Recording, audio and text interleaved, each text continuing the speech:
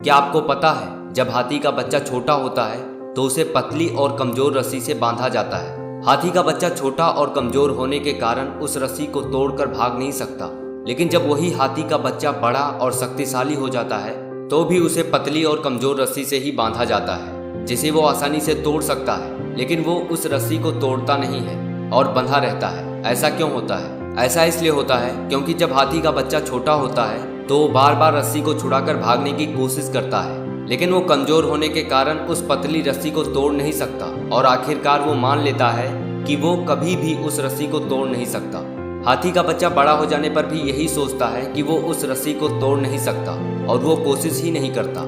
इस प्रकार वो अपनी गलत मान्यताओं अथवा गलत धारणा के कारण एक छोटी सी रस्सी से बंधा रहता है, जबकि वो दुनिया का सबसे ताकतवर जानवरों में से एक है। दोस्तों, साइंटिस्ट के अनुसार भौरे का शरीर बहुत भारी होता है, इसलिए विज्ञान के नियमों के अनुसार वो उड़ नहीं सकता, लेकिन भौरे को इस बात का पता नहीं होता और वो ये मानता है कि वो उड़ सकता है। इसलिए वो लगातार कोशिश करता रहता है और बार बार असफल होने पर भी वो हार नहीं मानता, क्योंकि वो यही सोचता है कि वो उड़ सकता है। आखिरकार भौरा उड़ने में सफल हो ही जाता है। दोस्तों, इस जीवन में नामुमकिन कुछ भी नहीं है। नामुमकिन शब्द हम जैसे लोगों ने ही बनाया है।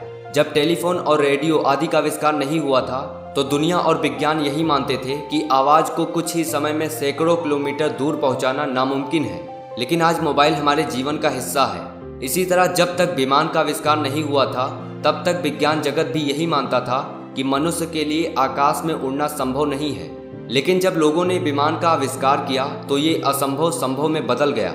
इसी तरह क्रिकेट की बात ले लिया जाए, वनडे क्रिकेट के इतने बड़े इतिहास में वर्ष 2010 तक एक भी दोहरा शतक नहीं लगा, लेकिन वर्ष 2010 में सचिन तेंदुलकर के दोहरा शतक लगाने के 4 से 5 सालों में ही 7 और दोहरे शतक लग गए।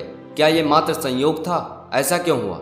ऐसा इसलिए हुआ क्योंकि 2010 से पहले जब किसी ने दोहरा शतक नहीं लगाया था तो सभी की मानसिकता यही थी कि दोहरा शतक लगाना बहुत ही मुश्किल है, क्योंकि अभी तक इस रिकॉर्ड को किसी ने नहीं तोड़ा था, तो ये नामुमकिन सा लगता था।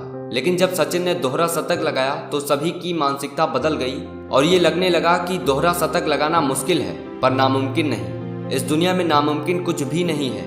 नामुमकिन शब्द हमारा भ्रम या गलत मान्यता है जो आखिरकार गलत साबित होती ही है। हम वो सब कर सकते हैं जो हम सोच सकते हैं, और हम वो सब सोच सकते हैं जो आज तक हमने नहीं सोचा। हम गलत धारणाएं बना लेते हैं और हमें इसी कारण कोई कार्य मुश्किल या असंभव लगता है। हम आज जो भी हैं वो हमारी सोच का ही परिणाम है।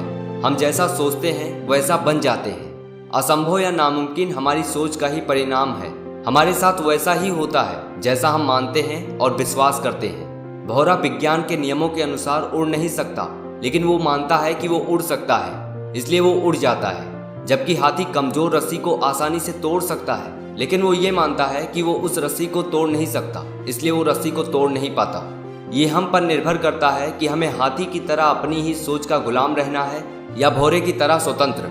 अगर हम मानते हैं और स्वयं पर यह विश्वास करते हैं कि हम कुछ भी कर सकते हैं तो हमारे लिए नामुमकिन कुछ भी नहीं है। Nothing is impossible.